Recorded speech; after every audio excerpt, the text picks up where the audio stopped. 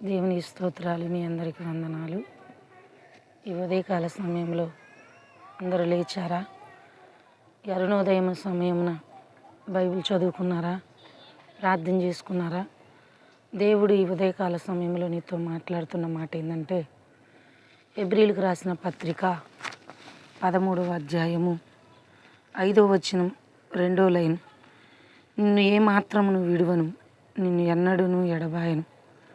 పరిశుద్ధాత్మ దేవుడు వాగ్దానం చేస్తున్న మాట, నేను ఏమాత్రమును విడువను, నిన్ను ఎన్నడూ ఎడబాయనని.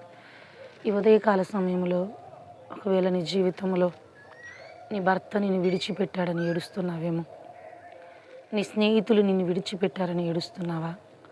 నీ ఆప్తులు నిన్ను విడిచిపెట్టారని ఏడుస్తున్నావా? నీ జీవితంలో ఒకవేళ నీ తల్లిదండ్రులు, యవన కుమారుడా, యవన కుమారి, నీ తల్లిదండ్రులు నిన్ను విడిచిపెట్టారని ఏడుస్తున్నావా? ఈ లోకంలో ఎవరు నిన్ను విడిచినా యేసయ్య నీతో ఈ ఉదయకాల సమయంలో అంటున్న మాట ఏంటంటే, నిన్ను ఏమాత్రము నేను విడువను, నిన్ను ఎన్నడూ ఎడబాయను. ఆయన విడువని దేవుడంట, ఆయన ఎడబాయని దేవుడంట. ఆయన అంటున్నాడు, అందరూ నిన్ను విడిచినా నేనైతే నేను విడువను, నేనైతే నిన్ను ఎడబాయను. ఎందుకంటే నీ జీవితంలో తల్లి మరిచినా, తండ్రి విడిచినా నేనైతే నిన్ను విడిచిపెట్టే దేవుడును కాను. ఈ ఉదయకాల సమయంలో దేవుడు నీతో, ఇది రేమా వాక్కుతో నీతో మాట్లాడుతున్నాడు. నీతోనే నిజంగా నీ భర్త నిన్ను విడిచిపెట్టాడని, నీ తల్లిదండ్రులు నిన్ను విడిచిపెట్టారని, నీ తోబుట్టులు నిన్ను విడిచిపెట్టారని, నీ కుటుంబీకులు నిన్ను విడిచిపెట్టారని నిరాశ నిస్పృహ చెందుతున్న నీతో దేవుడు ప్రమాణపూర్వకంగా ఈ మాటను తెలియజేస్తున్నాడు. నీతో సూటిగా మాట్లాడుతున్నాడు. ఆయన మాట నీ జీవితానికి గొప్ప ఆదరణ. కళ్ళు మూసుకో, ప్రార్థన చేసుకుందాం. తండ్రి, నీకు స్తోత్రాలు ప్రభా.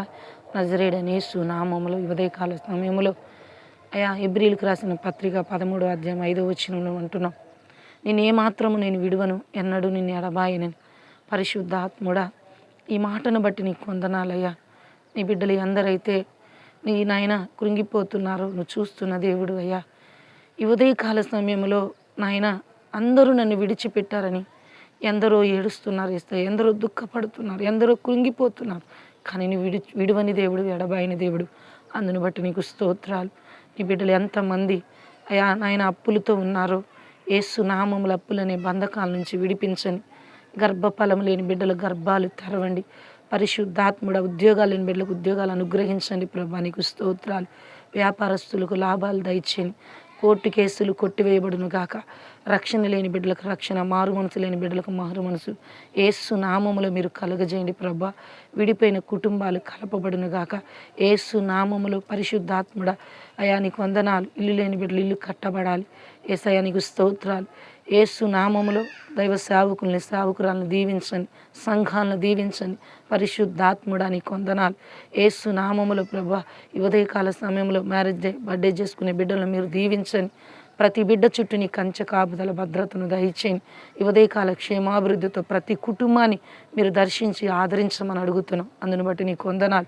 ఈ వాగ్దానము ద్వారా నీ బిడ్డల జీవితాలు యేసు నామములో ఆదరణ పొందినట్లుగా మీరు సహాయము చేయమని అడుగుతూ యేసు నామములో అడుగుచున్నాము తండ్రి. ఆమేన్.